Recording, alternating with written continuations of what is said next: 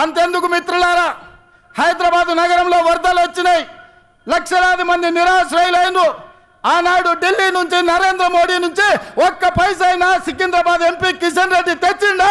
సిగ్గులేని కిషన్ రెడ్డి మునిగిపోతే ఒక్క పైసదేలే. ఇవాళ ఏ ముఖం పెట్టుకొని ఇవాళ ఓట్లు అడుగుతున్నామని నేను చెప్తున్నా. అందుకే మిత్రులారా, నరేంద్ర మోడీ అన్న నమో అంటే నమ్ముతే మోసం. 10 ఏళ్ళు ప్రధానమంత్రిగా ఉన్నాడు, ఇవాళ మళ్ళీ ఓటేయమంటుండు. బీజేపీకి ఓటేస్తే ఆయన మన చంద్రమండలానికి రాజు అవుతాడా?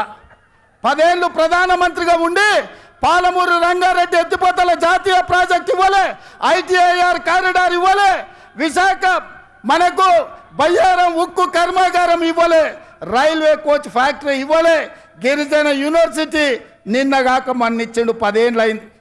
రాష్ట్ర పునర్విభజన చట్టంలో కాంగ్రెస్ పార్టీ ఇచ్చిన హామీలు ఏవి అమలు చేయలే.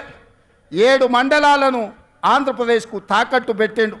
అందుకే మిత్రులారా, నరేంద్ర మోడీ భారతీయ జనతా పార్టీని ఏ విధంగా అయితే బీఆర్ఎస్ను బొందబెట్టిండ్రో బీజేపీని కూడా బొందబెట్టే వరకు మనము నిద్రపోవద్దు.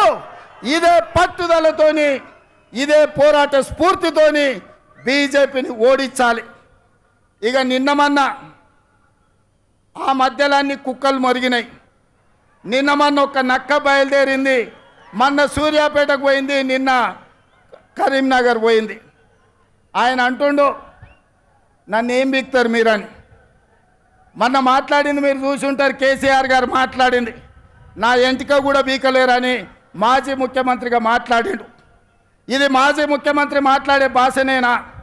భాష గురించి, భావం గురించి, ప్రజా సమస్యల గురించి మాట్లాడే చంద్రశేఖర్ రావు 10 సంవత్సరాలు ఈ తెలంగాణ రాష్ట్రంని పట్టి పీడించి వేధించి దోసుకొని దోపిడి దొంగలాక అడవి పందుల్లాక తెలంగాణ రాష్ట్రాన్ని సర్వనాశనం చేసి 10 సంవత్సరాలలో 100 సంవత్సరాల విధ్వంసం చేసినావు. ఇవాళ మమ్మల్ని ఎంటిక బీకలేరంటావా? మా కాంగ్రెస్ పార్టీ కార్యకర్తలు అనుకుంటే నీ ముడ్డి మీద డ్రాయర్ కూడా ఉండదు పీకడం మొదలు పెడితే. బిడ్డ నువ్వు అనుకుంటున్నావేమో కాలు ఇరిగిందని, లేకపోతే కట్టెపట్టుకొని నడుస్తున్నా అని, కూతురు జైలుకు పోయిందని, అధికారం కోల్పోయిందని. కొంతకాలం మేము సంవయనం పాటించినాం. ఏ మనిషికైనా కష్టం వచ్చినప్పుడు మేము మానవత్వంతో మీ గురించి మాట్లాడకుండా మర్యాద పూర్వకంగా వ్యవహరించినాం. ఇవాళ నువ్వు అనుకుంటున్నావు నువ్వు ఏది పడితే అది మాట్లాడితే చూస్తూ ఊరుకుంటామని. చూస్తూ ఊరుకునేటోడు ఎవరు లేరు. నేను పెద్దలు జానారెడ్డి గారి లాగా కాదు, నేను రేవంత్ రెడ్డిని బిడ్డ.